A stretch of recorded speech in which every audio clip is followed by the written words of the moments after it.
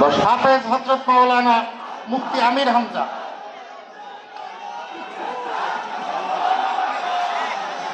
আসসালামু আলাইকুম ওয়া রাহমাতুল্লাহি ওয়া বারাকাতুহু। কথা বন্ধ করেন ভাই, বসে। আলহামদুলিল্লাহি রাব্বিল মাশরিকাইনি ওয়া রাব্বিল মাগরিবাইন আল্লাযী খালাকা কুল্লা শাইইন যাওজাইন ওয়া আওজাবা আলাইনা আল-ইহসানা বিল ওয়ালিদাইন ওয়া নাশহাদু আন লা ইলাহা ইল্লাল্লাহু ওয়াহদাহু লা শারীকা লাহু ওয়া আশহাদু আন্না মুহাম্মাদান আবদুহু ওয়া রাসূলুহু সাইয়্যিদুল কাওনাইন সাল্লাল্লাহু আলাইহি ওয়া আলা আলিহি ওয়া আসহাবিহি ওয়া আতবাইহি আজমাইন লাইলাও ওয়া নাহারান ফিত তারফাইন। فقد قال الله تعالى في كلامه المجيد وبرهانه التوحيد জবান খুলে পড়ে না আউযু বিল্লাহি মিনাশ শাইতানির রাজীম বিসমিল্লাহির রহমানির রহিম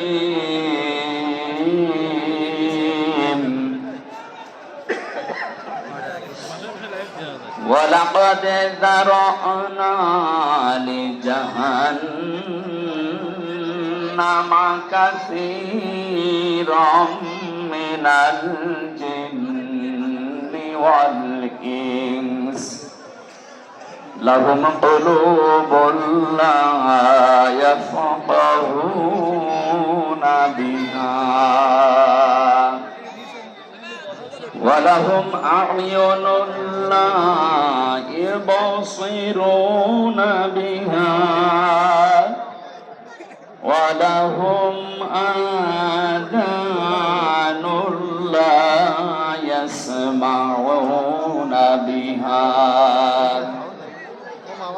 উলাইকা কাল আনআমি বাল হুম আদাল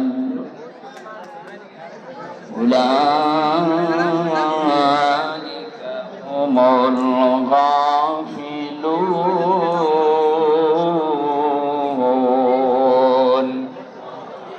সাদাকতা ইয়া রাব্বানা। عن أبي هريرة رضي الله تعالى عنه قال قال النبي صلى الله عليه وسلم من قرأ القرآن فاستظهره فحل حلاله وحرم حرامه أدخله الله الجنة وشفعه في 10 من أهل بيته كلهم قد وجبت له النار رواه ابن ماجه وما زادهم إلا إيمانا وتسليما اللهم صل على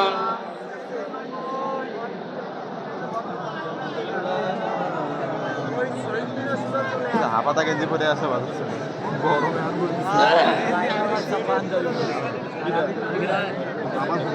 জীবনে কখনো তুমি মিথ্যা বলনি, তাই তো তোমায় পেতে কাঁদে ধরনি।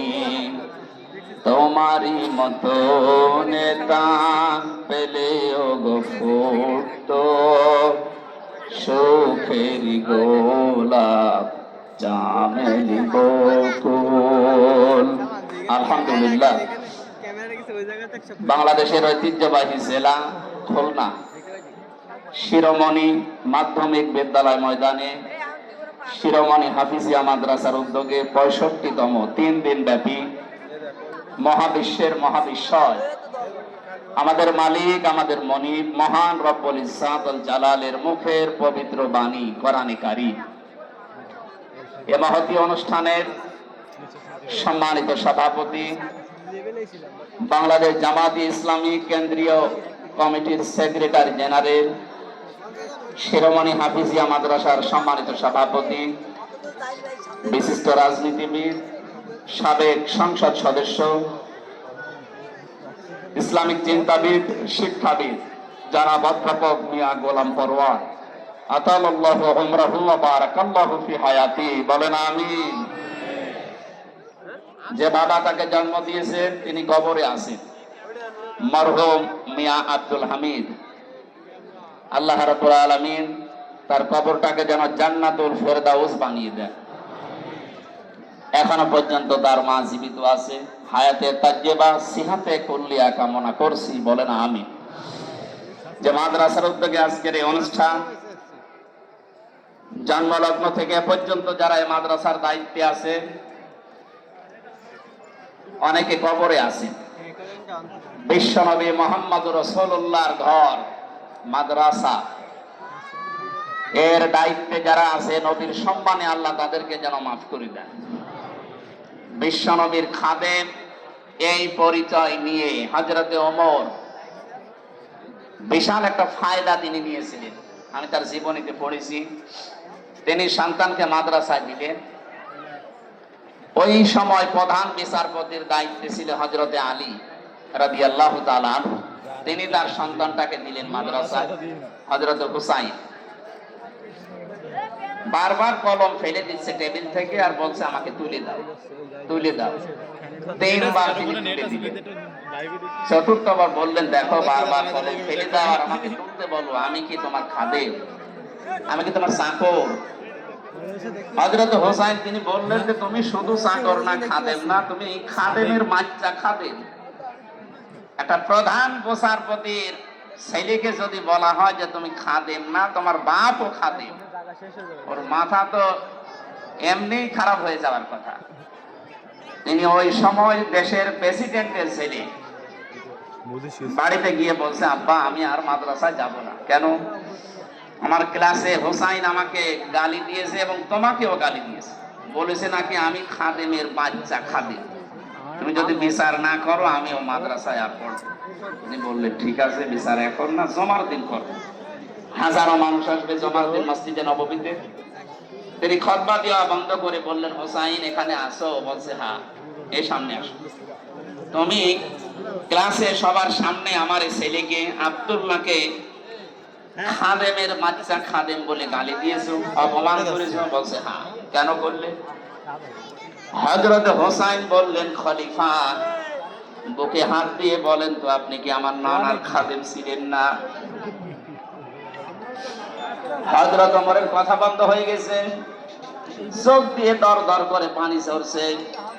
ডাক দিয়ে বলেন, নবীর সাহাবীরা বিচার হয়ে গেছে।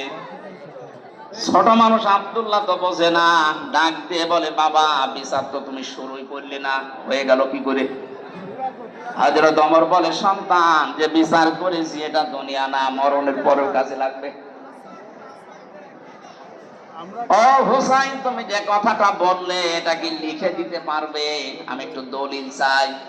ছোট মানুষ তো আবেগেই বলছে, নিয়ে আসেন খাতা কলম নিয়ে আসেন। কাগজ নিয়ে এসেছে, খেজুর পাতা, মানে লিখে দিলেন, ওমর আমার নানার খাদেম ছিল, আমি দেখেছি, ইতি হুসাইন ইবনে আলী, সই করে দিলাম। যা কাগজটা হাতে নিয়ে হযরত ওমর চুমা খেলেন, চোখে মুখে লাগিয়ে বললেন, নবীর সাহাবীরা আমি যখন মারা যাব এই কাগজটা আমার কাফনের ভেতরে দিয়ে দিও। কিয়ামতে যদি আমার জীবনের কিছুই কবুল না হয়, আল্লাহ যখন আমাকে দাঁড় করাবে তার সামনে, জীবনে কিছুই যদি আল্লাহর ভালো না লাগে, অন্তত কাগজটা তুলে আল্লাহকে দেখাবো, রব্বুল আলামিন দেখো তোমার নবীর নামই লিখে দিয়েছে, আমি নবীর খাদেম ছিলাম, এই ওসিলা হলেও তুমি আমাকে মাফ করে দাও। জান্নাতের গ্যারান্টি জীবিত অবস্থায় পেয়েছিলেন, তারপরও এই চিন্তা ছিল তার। নবীর এই ঘরের দায়িত্ব 65 বছর যারা পালন করছে, অনেকে কবরে আছে, ওরাও হযরতে ওমরের মতো একটা কিছু নিয়ে আল্লাহর সামনে দাঁড়াতে পারবে। এখন যিনি সভাপতির দায়িত্বে আছে, আল্লাহ যেন হযরতে ওমরের মতো তাকে এই ব্যবস্থা কিয়ামতে করে দেন। বলেন বলেন। এতক্ষণ যারা আলোচনা রাখলেন আপনাদের এই জেলার সন্তান মাওলানা আবুল বাশার জিহাদি দামাত বারকাতুহুমুল আলিয়া, আমার সফর সঙ্গে হয়ে সারা দেশে আমার সাথে থাকে বিভিন্ন মাহফিলে মাওলানা হুসাইন আহমেদ মাহফুজ চুয়াডাঙ্গা, মাওলানা রবিউল ইসলাম আপনাদের খুলনার সন্তান এখানে আছে, অনেক আলেম বসে আছে স্টেজে, আমি অনেকের নামও জানি না। আলেমদের হায়াতে তাজ্জেবা সিহাতে কুল্লিয়া কামনা করছি। ওয়ারাফা'না লাকা যিকরাক, বলেন আমিন। গত 2 দিন এখানে যারা কথা বলেছিলেন বাংলাদেশের প্রথিতযশা আলেমে দিন, তারা বিশেষ করে ডক্টর আবুল কালাম আজাদ বাশার ভাই, এবং গতকাল কথা বলেছেন মাওলানা মনিরুজ্জামান। আল্লাহ আলেমদের কথাগুলো বাস্তবে প্র্যাকটিক্যাল লাইফে আমল করার তৌফিক দান করেন। সামনে বসা মুসলমান ভাইরা, পর্দার আড়ালের সম্মানিতা মা এবং বোনেরা, প্রশাসনের ভাইরা, আমি আসার সময় যে গ্যাদারিং দেখলাম, মানুষ যে কি কষ্ট পাচ্ছে, আমরা এই জন্য বেশি সময় আপনাদেরকে কষ্ট দেব না। তাফসীর আকারে কিছু কথা বলার চেষ্টা চালাবো, আমা তাওফীকি ইল্লা বিল্লাহ। যে আল্লাহ আমাদেরকে দয়া করে এখানে নিয়ে আসলেন, এটা আমাদের কৃতিত্ব না, আল্লাহর নিজের দয়া। সাবেক এমপি সাহেবকে এমপি বানাতে কমপক্ষে 3.5 থেকে 4 লক্ষ মানুষ লেগেছে, রায় লেগেছে, ভোট লেগেছে, কথা বলেন না কেন? এনারা নির্বাচিত করেছিলেন ওনাকে, উনি নির্বাচিত এমপি ছিলেন। আল্লাহ এই শব্দটা কোরআনে কারিমে সূরা তেলাওয়াত করলেন, আমার আগে যে কারি সাহেব উনি পড়ছিলেন। আমি ওই সময় মনে মনে ভাবছিলাম, আল্লাহ আমাদেরকে আজকে নির্বাচিত করেছেন। আল্লাহ পাক বলেন, হুয়াজতাবাকুম, তিনি আল্লাহ তোমাদেরকে নির্বাচিত করেন। খুলনাবাসী, আমি গতানুগতিক কথা বলি না, যা বলি ওখান থেকে শিক্ষা বের করি, খুব অ্যাক্টিভ হয়ে শুনবেন। নির্বাচিত করেন কে? লক্ষ লক্ষ নবী দুনিয়ায় এসেছে, লক্ষ কোটি মানুষ আল্লাহ দুনিয়ায় পাঠিয়েছে, আদমের সন্তান, কিন্তু বিশ্ব নবীর উম্মত হওয়ার জন্য সবাই নির্বাচিত হয়নি। আল্লাহ আমাদেরকে নির্বাচিত করেছেন, কথা বলেন না কেন? অন্তত এই শিরোমণি এবং এই ডমরিয়া ফুলতলা মিলে 3.5 থেকে 4 লাখ মানুষ বাস করে, ভোটার শুধু, বাকি আরো 4 লাখ যদি ধরেন তা 8-9 লাখ হবে। এতগুলো মানুষের ভেতর থেকে মাত্র এই লক্ষাধিক মানুষকে আল্লাহ নিয়ে আসলেন, এতে বোঝা যায় আল্লাহ আমাদেরকে নির্বাচিত করেছেন। এবার জবাব দেবেন বোঝা শোনার পর। নির্বাচিত করা হয় যে পদ্ধতিতে, ওর নাম নির্বাচন। ওর নাম কি বলেন? বলেন। নির্বাচন ছাড়া যদি কেউ নির্বাচিত হয়, ওটা কি বৈধ না অবৈধ? আরে ভাই, আল্লাহ তো নির্বাচিত করেন। অথচ 15.5 বছরে দুঃখজনক হলেও সত্য, নির্বাচন পদ্ধতিটাই নষ্ট করে ফেলেছে। তারপরও 4-5 দিন উনি বিভিন্ন দেশের মডলদের কাছে কথা ছড়াচ্ছে যে আমি নির্বাচিত সরকার ছিলাম, আমাকে উৎখাত। এটা তাহা মিথ্যা কথা। আপনি যদি শয়তানকেও জিজ্ঞাসা করেন যে 15.5 বছর যারা ছিল ওরা কি নির্বাচিত, শয়তান বলবে ঘন্টামে করার জায়গা পান না। শয়তানও বিশ্বাস করবে না। আপনি যদি ঘোড়াকে জিজ্ঞাসা করেন যে 15.5 বছর যারা ছিল তোমার তো কিছুই নেই, অন্তত একটু মাথা নাড়াও যে এরা কি নির্বাচিত ছিল, ঘোড়া দাঁত বের করে হাসবে, বলে কি? অথচ আমরা একটা হাসির মুখে কথা শুনতে পাচ্ছি, উনি সারা বিশ্বের বিভিন্ন মডলদেরকে বলছে আমি নির্বাচিত ছিলাম। আর নির্বাচনই তো হয়নি, আপনি নির্বাচিত হইলেন কি করে? নির্বাচনের আগে যেখানে 154 জন হয়ে যায় এবং দিনের ভোট যেখানে রাতে হয়ে যায়, এটাকে আমি বানিয়ে বললাম। আমার সাথে এক ওসি ছিল, আমি নাম নিলাম, নুসরাত হত্যা মামলার এক ওসি ছিল। উনি আমার একদিন বছর হতো তাওবা করেন কিভাবে বলেন তো? আমি বললাম যে তাওবারে যে এই নিয়ম আছে কোরআনে হাদিস। উনি আমারে বলছে আপনি আমার তওবাটা শুনেন। ঠিক আছে বলেন। যে এই যে নির্বাচন গেল, আমি আমার দল বল যা আছে তাদেরকে নিয়ে রাত 12টার পরে আল্লাহর নামে ভোট কাটা আরম্ভ করলাম। এইভাবে কোরআন শরীফ আমার সামনে এইভাবে বলছে, আমি আল্লাহর নামে করলাম। ফজর পর্যন্ত কাজ কমপ্লিট করে বাক্স ভর্তি করে পাঠিয়ে দিলাম। এবার আমি গোসল করলাম, ওযু করলাম, 2 রাকাত নামাজ পড়লাম, এরপরে বললাম আস্তাগফিরুল্লাহ। আমার এই তাওবা কি হয়েছে? আমি বললাম কি তাওবা বলে আপনি কি দোষ আল্লাহর কাছে করেছেন যে আল্লাহকে বলছেন আস্তাগফিরুল্লাহ? আপনি দোষ করেছেন হামজার কাছে। আমার মতো 3.5 লাখ 4 লাখ হামজা এই রায় দেওয়ার কথা ছিল, আপনি নিজেই দিয়ে দিলেন। এই কথা বলছেন না কেন? এটা কি শুধু ওসি একা দিয়েছে না সারা দেশে অবস্থা এক? তাহলে আপনি দিনের ভোট রাতে করে ফেলেছেন, তারপরও বলেন আমি নির্বাচিত। আপনার লজ্জা করে না? লজ্জা তো নেই, করবে কি? এক ছেলে এসে কাঁদছিল বাবার কাছে। এই কাঁদিস কেন? কথা বলছে, কাঁদিস কি বলবি তো, মন খারাপ করে বল, কাঁদিস কি, সমস্যা কি? রেজাল্ট দিয়েছে। রেজাল্ট দিয়েছে তো বললেই তো হয়, তুই ফেল না পাস। আব্বা ফেল করলে তো কথা ছিল, ছিলাম 5-এ, নামিয়ে দিয়েছে 3। এখন আমারও 5 হোক, তার 2 বছর লাগবে। আপনি যা করিয়ে গেলেন, আমি বাকিটা না নাই বললাম, কি বলবো আর? আপনি 5-এ ছিলেন, 3 নেমে গেছেন। আজকে বাংলাদেশের অবস্থা এই, আপনার আর 5-এ নেই। এখন 5-এ উঠতে আপনাকে এখনো 2 বছর পড়াশোনা করা লাগবে। সুতরাং নির্বাচনের এই ব্যবস্থা যারা ধ্বংস করে দিয়েছেন, নষ্ট করে ফেলেছেন, আমরা অন্তর্বর্তীকালীন সরকার যারা আছে আহ্বান জানাই দেশের জনগণ, বেশি সময় না নিয়ে খুব তাড়াতাড়ি অল্প সময়ের ভেতরে একটা সম্মানজনক সময় নিয়ে একটা নির্বাচনের মাধ্যমে নির্বাচিত সরকারের হাতে দেশটা তুলে দেবে। তাহলে যে ষড়যন্ত্রগুলো চলছে এগুলো অটোমেটিক বন্ধ হয়ে যাবে। আর যদি এভাবেই থাকে, ওরা নতুন নতুন ইস্যু তৈরি করে আবার এই দেশটাকে ঘোলাটে করবে। আমরা এই ঘোলা পানিতে আর মাছ শিকার করতে দেব না ইনশাআল্লাহ। সুতরাং নির্বাচিত হয়ে আমরা এখানে বসে আছি, আল্লাহর নির্বাচিত। কার? মাইয়ুরিদিল্লাহু খায়রা ইউফাক্কিহু ফিদ্দীন। আল্লাহ যার কল্যাণ কামনা করেন তাকে দ্বীনের জ্ঞান দান করেন। এখানে এসেছে আজকে দ্বীনের কিছু পাওয়ার জন্য না। সুতরাং দল মত নির্বিশেষে, এটা শুধু যারা জামাত ইসলাম করে, যারা চরমনাই পীরের মুরিদ, যারা হেফাজত ইসলাম, তাদের অনুষ্ঠান না। এটা মানুষ পদবাচ্যে যারা বিবেচিত তাদেরই অনুষ্ঠান। এজন্য সব ধরনের মানুষ এখানে আছে। কথা বলে না কেন? কোরআনে কারিমে আল্লাহ তাই দিয়েছেন, হাদা বায়ানুল লিন্নাস। এটা মানুষের জন্য বর্ণনা। কোন মানুষ? এই যে লিন্নাস, এখানে আলেম আছে যারা, তাদেরকে বলছি, লাম শব্দটা আরবি গ্রামার অনুযায়ী 19টা অর্থে ব্যবহার হয়, আর বালাগাত মান থেকে ব্যবহার হয় 13টা অর্থে। এখানে 9 নম্বর অর্থ আছে বালাগাত মান থেকে। আমি পড়েছিলাম আলেমে থাকতে, আমি দেখেছি লাম ব্যবহার করা হয় জীবিত মানুষদের জন্য। কাদের জন্য?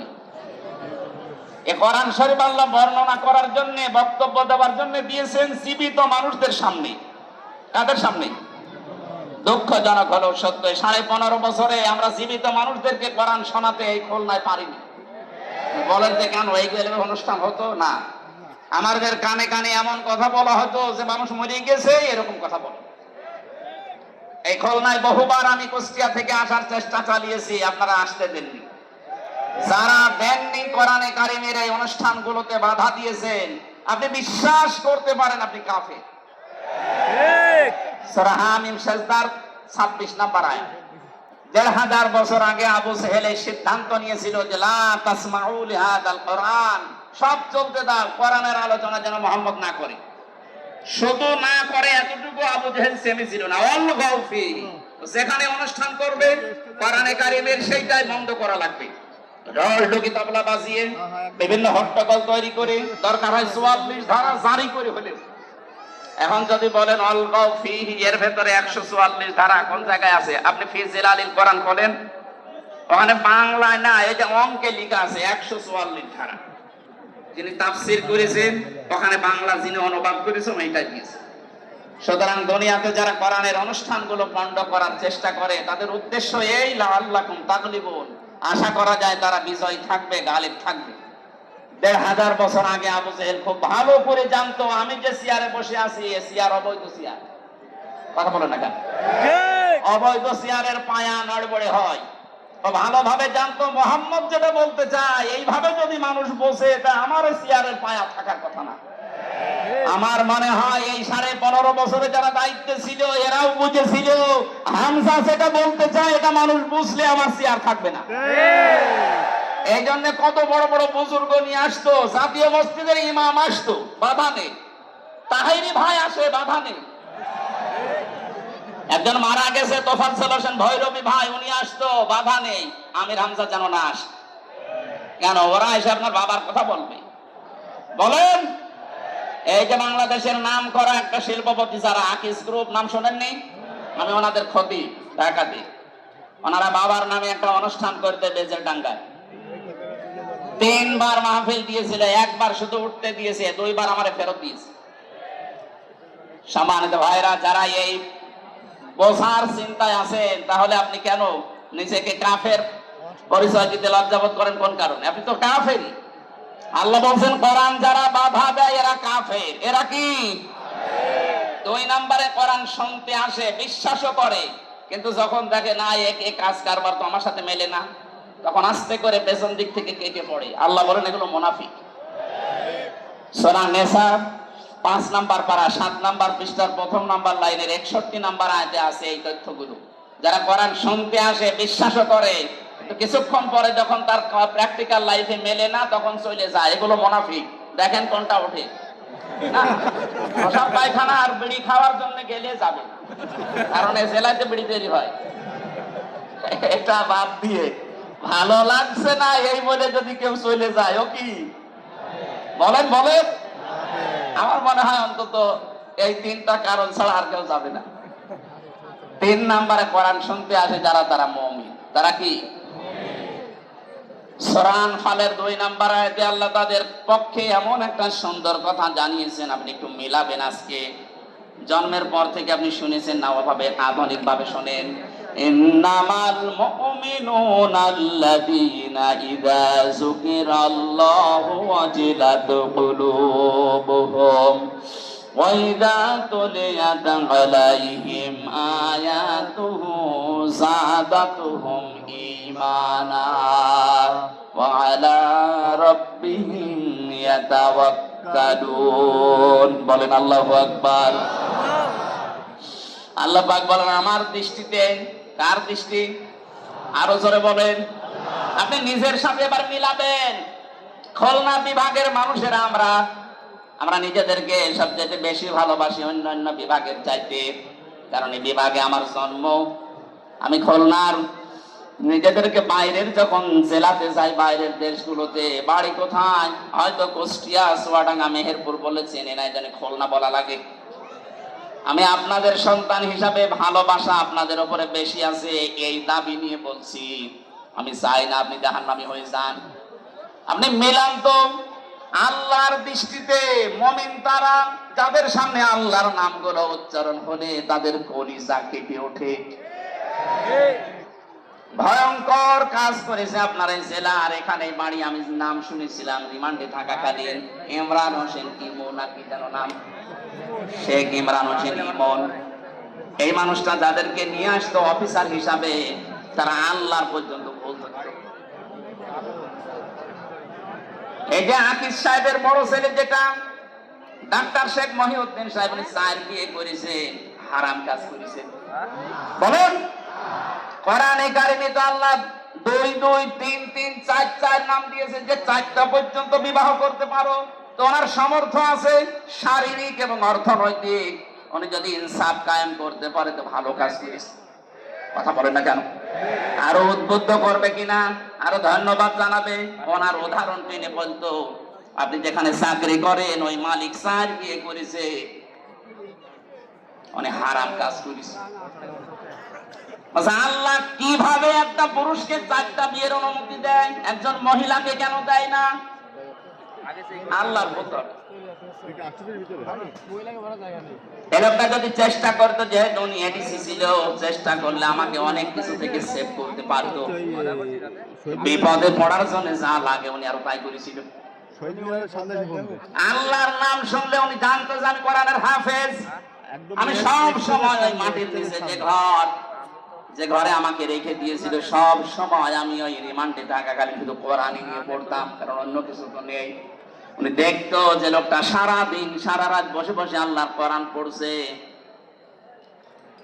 আল্লাহর কথাগুলো শুনলে ওর ভেতরে ঈমান থাকলে ভেতরে কাঁপ ধরবে। অজিলাত কুলুবুহুম, কাঁপ ধরা দূরের কথা, এই মানুষগুলোর বৃদ্ধি আরো বেড়ে যেত। মনে হচ্ছে কিয়ামত পর্যন্ত ক্ষমতায় থাকবে। কিছু কিছু মানুষের নাম আমি বলতাম থোড়াই দিয়ার, বলছে ওরা না, সরাসরি যদি প্রধানমন্ত্রীও বলে তাও তারে মানি না, এরকম কথা বলতো। আল্লাহ এই জন্য এমন অপমান করেছে, ওর বাবা এখন ছেলে, ও এখন পালিয়ে বেড়াচ্ছে। অপমান এখনো হয়নি, আরো অপমান করবে। আপনি আল্লাহর বিরুদ্ধে অবস্থান নিয়েছি। আল্লাহর কথা বললে যাদের অন্তরে কাঁপ ধরে না, আল্লাহর কোরআন শুনলে যাদের ঈমান বৃদ্ধি হয় না, বুঝতে হবে তাদের আল্লাহর দৃষ্টিতে মুমিন হওয়া এখনো সম্ভব হয়নি। আপনি আল্লাহর দৃষ্টিতে মুমিন হবেন ওই সময় যখন দেখবেন আল্লাহর কোরআন পড়লে আপনার ঈমান আরো বেড়ে যাচ্ছে। প্রশ্ন আসতে পারে, আমার ঈমান যে বেড়ে যাচ্ছে আমি বুঝবো কি করে? হ্যাঁ, কায়দা আছে। সূরা মাইদা 7 নাম্বার পারার প্রথম নাম্বার পৃষ্ঠার প্রথম নাম্বার লাইনের 73 নাম্বার আয়াতে আছে, ওয়াইদা সামিউ মা উনজিলা ইলার রাসূলি তারা আ'য়ুনাহুম তাফিদু মিনাদ দামি মিম্মা আরাফু মিনাল হক। হে নবী, আপনি যখন কোরআন তাদেরকে শোনাবেন, ওরা যখন কোরআনের এই মর্মমান এগুলো উপলব্ধি করতে পারে, বুঝতে পারবে, আপনি দেখবেন মনের অজান্তে তাদের চোখ দিয়ে পানি পড়ছে। এখানে যারা বসে আছি লক্ষাধিক মানুষ, আমরা সবার চোখে পানি আসবে না। আজকের আলোচনা শোনার পরে দেখবেন কিছু মানুষের চোখ দিয়ে মনের অজান্তে পানি পড়ছে। ওয়ালা রাব্বিহিম ইয়াতাওয়াক্কালুন, বাড়ি যাওয়ার আগে তারা সিদ্ধান্ত নিয়ে যাবে আজকে থেকে আল্লাহ ছাড়া কারো উপরে ভরসা করব না। এই তিনটি বৈশিষ্ট্য যাদের ভেতরে আছে, আল্লাহর নাম শুনলে কলিজায় কাঁপ ধরবে, আল্লাহর কোরআন শুনলে ঈমান বেড়ে তাদের চোখ দিয়ে পানি আসবে, আল্লাহ ছাড়া কাউকে ভরসার স্থল বানাবে না। আল্লাহর দৃষ্টিতে এরা প্রকৃত মুমিন। এরা কি? আল্লাহ এই মানের শ্রোতা হওয়ার তৌফিক দেন, বলেন আমিন। সুতরাং আমরা নির্বাচিত হয়ে যারা এখানে বসে আছি, আমরা খুশি না বেজার? বলেন বলেন, জবান খুলে বলেন আলহামদুলিল্লাহ। দরুদ আর সালাম পড়ছি আমাদের নবী মুহাম্মদ রাসূলুল্লাহ সাল্লাল্লাহু আলাইহি ওয়াসাল্লামের প্রতি।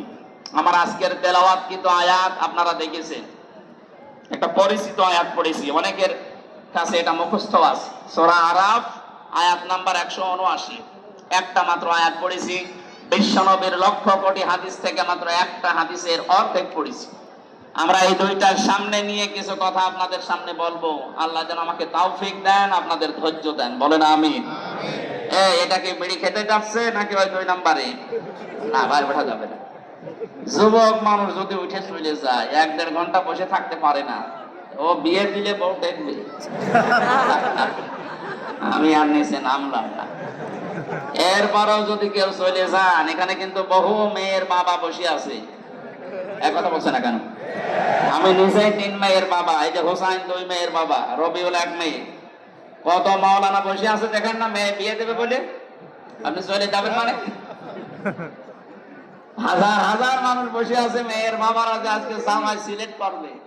1.5 ঘন্টায় আপনি চলে যান, বলবেন না এর কাছে দিলে আমার মেয়ের জীবন দুনিয়া শেষ। শেষে দেখবেন আপনার আর জীবনে বিয়েই হবে না, কারণ এটা রেকর্ড হচ্ছে। সারা দুনিয়া ছড়িয়ে যাবে যে ওই যে উঠে চলে যাচ্ছে, ওটা আর মনে হয় সমস্যা আছে। আশা করছি আপনি 1 ঘন্টা মতো থাকবেন, না চলে যাবেন? থাকবেন তো? সূরা আরাফে 206টা আয়াত আছে, 14টা রুকু আছে, মাত্র একটা আয়াত পড়েছি। আমরা তাফসীর আকারে কথা বলতে চাই নাকি মাছের কাহিনী শুরু করব? তাফসীর শুনতে রাজি আছেন না? আরাফ এই শব্দের শাব্দিক অর্থ পরিচিত হওয়া। আরাফ মানে কি? এই সূরায় 206টা আয়াত আছে বললাম, এর 46 নাম্বার আয়াতের মাঝের অংশে আপনি দেখবেন এই নামটা আছে, আল্লাহ নিজে ব্যবহার করেছে। ওয়া বাইনাহুমা হিজাব ওয়া আলাল আরাফ। এই যে আরাফ শব্দটা, এখান থেকে এর নামকরণ। এটা তাফসীরে ইবনে কাসির থেকে বলছেন, মুফাসসির লিখেছেন ওয়া বাইনাহুমা হিজাব। এই আয়াতটা আল্লাহ কেন নাযিল করলেন জানেন? নবীজি ব্যাখ্যায় বলছিলেন, কিয়ামতের দিন আল্লাহ বিশাল একটা প্রাচীর বানাবেন জান্নাত জাহান্নামের মাঝে। কিছু মানুষকে ওখানে দাঁড় করিয়ে দেবেন, এদেরকে আল্লাহ জাহান্নামেও দেবে না, জান্নাতেও দেবে না। সাহাবী প্রশ্ন করলেন হযরতে আবু যর রাদিয়াল্লাহু তাআলা আনহু, হে নবী, এরা জান্নাতে যাবে না, তার কারণ কি?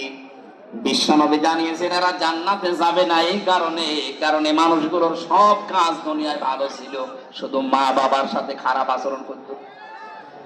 এরকম আল্লাহর ওলি এখানে বসে নেই। কথা বলুন। আপনার পায়ে ধরে বলছি, আপনি এখনই শুধরান, এখনই থামেন। তামাম দুনিয়া ভর্তি নেকি নিয়ে আপনি হাজির হবেন কিয়ামতে, কিন্তু মা বাবার মনে যদি বৈধ কোনো কারণে কষ্ট দিয়ে থাকেন, আপনি লিখে নিতে পারেন, জান্নাত পাবেন না। নবীজি জানিয়েছেন, হোমা জান্নাতুকা হোমা নারুকা, মা বাপ তোর জান্নাত, মা বাপ তোর জাহান্নাম। সুতরাং আমাদের আমল যদি, কাজ যদি এরকম কারো থেকে থাকে, সে যেন এক্ষুনি পাল্টিয়ে যায়। কথা বলে টাকেন। আর আমি যতদূর লেখাপড়া করেছি, আমি বাস্তবতা যতটুকু দেখছি, আমার বয়স অল্প আপনাদের চাইতে, আমার এখন 33 বছর, কিন্তু বাস্তব অভিজ্ঞতা আপনাদের অনেকের চাইতে আমার বেশি আছে। আমার মতো ঘোরাঘুরি আমার মুরব্বীও জীবনে করেনি। আমি যত জায়গায় গেছি, বাংলাদেশ সহ বিশ্বের, এ মুরব্বী এত বছর বয়স মনে হয় অত জায়গার নামও শোনেনি। আমরা রাতের বেলা চলাফেরা করা মানুষ, রাতের বেলা আমরা দেখি তিনটা জিনিস দেখি, দেখা যায় রাস্তায় একটা বক্তা, একটা কুত্তা আর একটা পুলিশ। এখন পুলিশ একটু কম পাওয়া যাচ্ছে, কিন্তু বক্তা আর কুত্তা পাওয়া যাচ্ছে রাস্তায়। রাত যত বেশি হয়, রাস্তায় পাওয়া যায় হয় কুকুর নাই বক্তা। কথা বলছে না? পুলিশের নাম বললো আবার রাগ করে, হুজুর আপনি কুকুরের সাথে তুলনা দিলেন। আরে ভাই, সে নামে তো আমিও আছি, আমি বক্তার নাম বলিনি। রাতের বেলা তো দেখা এদের সাথেই হয়, তাছাড়া অন্য কেউ তো আর রাত জেগে থাকে না, তারা তো ঘুমিয়ে থাকে। এই জন্য বাস্তব অভিজ্ঞতায় আমি বলছি, এই দেশের বহু সংসারে আজ সন্তান জাহান্নামী হয়ে ওই আরাফ নামক প্রাচীরে দাঁড় করা অবস্থায় থাকবে এই দেশে, তার বোর কারণে। অধিকাংশ বউগুলো তার আচরণের কারণে সন্তান বাধ্য হয় মা বাবার সাথে খারাপ ব্যবহার করতে। বলেন, তিরমিজি শরীফের হাদিস বলছি, হাজারো মেয়ে লোক বসে আছে, মহিলা প্যান্ডেলের এরকম সাইডটা বানিয়েছে এরা, আপনাদের সাইডে সাইড ডবল মহিলা বসে আছে। সম্মানিত মা বোনেরা, আপনি যদি মনে করেন যে আমি জান্নাতের গ্যারান্টি দুনিয়া থেকে নিয়ে যেতে চাই, আমি জান্নাতি হতে চাই, জান্নাতের 8টা দরজায় যেন আমার জন্য খোলা থাকে, তাহলে দুনিয়ায় 5টা কাজ মাস্ট বি আপনাকে করাই লাগবে। 1 নম্বরে নবীজি বলেন, ইজা নাজারা ইলাইহা সাররাতুহু, যখন কোন স্বামী তার স্ত্রীর দিকে তাকাবে, সে যেন স্বামীকে খুশি করে। নবীজির এই হাদিস আজ বাংলাদেশের 100টা প্রায় 98টা মহিলা মানে না। এক কথা বলেন না কেন? সারাদিনের পরিশ্রান্ত শরীর নিয়ে বাড়িতে আসবে, আল্লাহর কোরআনের ঘোষণা ছিল, আমিন আয়াতিহি আন খালাকালাকুম মিন আজওয়াজিকুম লিতাসকুনু ইলাইহা ওয়া জাআলা বাইনাকুম মাওয়াদ্দাতাও ওয়া রাহমা ইন্না ফি যালিকা লাআয়াতিন লিকাউমিন ইয়াতাফাক্কারুন। সূরা রুমের 21 নম্বর আয়াতে আছে, এটা 21 নম্বর পারার 5 নম্বর পৃষ্ঠা 7 নম্বর লাইনে পাবেন, তাফসিরে ফি জিলালিল কোরআনে আছে। রব্বুল আলামিন বলেন, আমার যত নিদর্শন দুনিয়াতে আছে, এর ভেতরে অন্যতম নিদর্শন এই, আমি তোমাদের থেকে তোমাদের জোড়া বানিয়েছি স্ত্রীদেরকে, যেন তোমরা শান্তি স্বস্তি এবং নিরাপত্তা সেখানে খুঁজে পাও। তো বাস্তবে আমরা হাজারো স্বামী আজ স্ত্রীর কাছে এই রেসপন্স, এই সম্মান, এগুলো না পাওয়ার কারণে বাধ্য হয়ে অন্য জায়গায় লাইন করি। অবশ্য ঠিক, করোনার মানুষ তো বদনাম করে থাকবে দেখছি। সম্মানিত মা বোনেরা, আপনার স্বামী এখানে বসে আছে, এই ক্যামেরা ওইদিকে মারো তো, যেটা ঠিক বললো, দেখেন ওর স্ত্রী কি বলে। আজকে আপনার ভাত বন্ধ হয়ে যাবে। আমার দিকে ঘোরানো আছে, আমরা কয়েকজন ঝামেলায় আছি, আপনাদের অসুবিধা নেই না। যখন বলেই ফেলেছেন মুখ ফুটে, আমার মনে হয় এরকম কিছু হচ্ছে। স্ত্রীর পক্ষ থেকে এই রেসপন্স, এই আগ্রহ, এই ভালোবাসা, মায়া মহব্বত না পাওয়ার কারণে আজ পরকীয়া প্রেম দিন দিন বেড়ে যাচ্ছে। এজন্য স্বামী যখন বাইরে থেকে আসবে, আপনি যদি জান্নাতি মহিলা হতে চান, প্রথম নম্বরে আপনার কাজ হবে তাকে আনন্দ দেওয়া। সাররাতুহু ইদা নাজারা ইলাইহা সাররাতুহু, তাকে আনন্দ দেওয়া। সে যেভাবেই হোক, শ্বাসগোজ করে হোক, কথাবার্তা দিয়ে হোক, আবেগ অনুভূতি দিয়ে হোক, দরকার হয় কাঁতুকুতু দেবেন, কি অসুবিধা নেই, কোনো অসুবিধা নেই। স্বামীকে যদি কাঁতুকুতু দেওয়া লাগে তাও দেবেন, ও যেন অন্তত হাসে। 2 নম্বরে ইদা গাবা আনহা হাফিজাতুহু, যখন আপনার স্বামী বাইরে থাকবে ওই সময়টা নিজের শরীর, নিজের সম্ভ্রম, ইজ্জত আপনি হেফাজত করে রাখবেন। দুঃখজনক হলো সত্য যে এখন বিভিন্ন নেতারা ধরা পড়ছে, এদের নাকি রাতের বেলা ঘুম পাড়ানোর জন্য আলাদা মানুষ লাগতো। বলেন নাউজুবিল্লাহ। যারা এদেরকে ঘুম পাড়াতো এরা কারো না কারো বউ। এই কথা বলেন না কেন? আমি নাম ধরি না সহজে, যা দেখতে পাচ্ছি বাধ্য হওয়া লাগছে এদের চরিত্রের বর্ণনা দিতে। এটা মানুষের চরিত্র বলে। নবীজি 3 প্রকার মানুষকে সবচাইতে বেশি লানত দিয়েছেন। তার 1 নম্বরে যারা বুড়ো জেনাখোর। আরে 15.5 বছরে আমার মনে হয় বুড়ো জেনাখোর বেড়ে গিয়েছিল। 75, 80, 85 বছর বয়স, শরীর চলে না, বাকিটা বললাম না। কথা বলেন না কেন? এখন বের হচ্ছে না। তারা সম্মানিত মানুষের জন্য তাদের নাম নিলাম না। কি চরিত্র আপনার! চেহারা দেখলে কাকের মতো মনে হয়, অথচ মুখের জেনা, হাতের জেনা, কলবের জেনার বাকি জেনা আমি নাই বললাম। এগুলো সব এখন বের হচ্ছে। কথা বলেন না কেন? যারা আপনাকে ঘুম পাড়িয়ে রাত 12টা, রাত 2টায় বাড়িয়েছে, তো এরা কারো না কারো বউ। বলেন না কেন? এরা কোনদিন জান্নাত পাবে? ইদা গাবা আনহা হাফিজাতুহু, স্বামী যখন থাকবে না নিজেকে আপনি পরিশুদ্ধ করে রাখবেন। এটা জান্নাতি মহিলাদের নিদর্শন। এটা হাজারো মেয়ে লোকের ভেতরে পাওয়া যায় না। স্বামী বাইরে গেলে উল্টা পাল্টা মোবাইল নাম্বারে কল দিয়ে এমন এমন কথা বলে সংসার ভেঙে যেতে শেষে বাধ্য হয়। কথা বলে না কেন ভাই? 3 নম্বরে বিশ্ব নবী জানিয়েছেন, ওয়া তুইনু আলা দীনি সাওজাতিহা, তোমার স্বামী যখন বাইরে দিনের কাজ করবে, এই মহিলা নেককার হলে তাকে সাহায্য করবে। আমার মনে হয় যতটুকু আমি দেখেছি, একামতে দিন যারা এদেশে কায়েম করতে চায় তাদের স্ত্রীগুলো অন্তত এটা একটু মেনে চলছে। আর বাকি যেই বলেন, সে পীর হোক আর ক্ষীর হোক আর আলেম হোক, অধিকাংশ যারা একামতে দিনের এই কনসেপ্টটা নিজের ভেতরে আনতে পারে না, তাদের পরিবারে 100 ভাগে 98 ভাগ অশান্তি। আপনি খোঁজ খবর নিয়ে দেখবেন। আমি যতটুকু পেয়েছি এটা বললাম। সম্মানিত মা বোন যারা এসেছেন, আপনার স্বামী যদি মানব কল্যাণমূলক কোনো কাজে থাকে, যদি দিনের কাজ করে, দিন প্রচারে, দিন প্রসারে, দিন কায়েমে, যে কাজেই থাকবে, আপনি তাকে খাদিজার মতো সাহায্য করবেন। কথা বলেন না কেন? কিয়ামতের ময়দানে খাদিজাতুল কুবরাকে যেমন জান্নাতের দরজাগুলো ডাকতে থাকবে, আপনাকেও না নিয়ে যাবে না। তার জীবনী পড়লাম গভীর রজনীতে, হযরতে খাদিজাতুল কুবরা রাদিয়াল্লাহু তাআলা আনহা দরজার সাথে হেলান দিয়ে ঘুমিয়ে আছেন। মুহাম্মদ রাসূলুল্লাহ আসলেন, একটা মাত্র ডাক দিয়েছেন, খাদিজা। দরজা খুলে গেছে। ডাক দিয়ে বলে, স্ত্রী এত রাত হয়ে গেছে, ঘুমাওনি?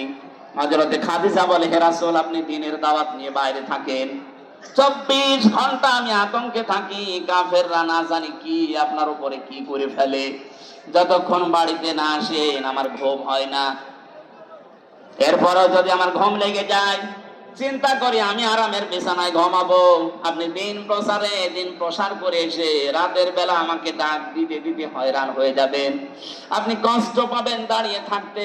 এজন্য আমার কষ্ট হলেও আমি এই জালানা দরজার সাথে লাগিয়ে নিজের পিঠকে হেলান দিয়ে ঘুমাই। নবীজি হযরতে খাদিজাকে বুকের ভেতরে জড়িয়ে নিলেন, কপালে গালে চুমা দিলেন, ডাক দিয়ে বললেন, খাদিজা, আগামী দিন থেকে এরকম আর করবা না। খাদিজাতুল কুবরা ওই দিন নবীজিকে বলেছিলেন, হে আমার স্বামী, আমি একটা বিষয়ের গ্যারান্টি চাই। কি বিষয়? কবরে আমাকে যখন রাখা হবে, আমি আপনার মুখ থেকে কবরের বর্ণনা শুনেছি। পৃথিবীর থেকে বিদায় নেওয়ার পর জান্নাতে যাবার আগ পর্যন্ত ভয়ঙ্কর একটা জায়গার নাম কবর। আপনি আমাকে আজকে একটু কথা দেন, কবরে দেওয়ার পরে যে ফেরেশতা আসবে তাদের যে প্রশ্নের উত্তর, এটা আমি খাদিজা আমি দিতে পারবো না, আমার নিজের প্রতি নিজের বিশ্বাস নেই, আপনি এই জবাবটা নিজে দিয়ে দেবেন। নবীজি বললেন, আদম থেকে শুরু করে পর্যন্ত কেউ কারো কবরে জবাব দিয়ে দেয়নি, এটা আমি পারবো না। আপনি একটু লক্ষ্য করেন, এখানে নবীজি বললেন কি, আদম থেকে শুরু করে পর্যন্ত কেউ কারো কবরের জবাব দিয়ে দেয়নি, এটা আমি পারবো না। অথচ বাংলাদেশে বহু ভণ্ড পীর এটা ছড়িয়ে দিয়েছে, এ দরবারে মরিদ হলে কবরের হিসাব নাকি সে দিয়ে দেবে।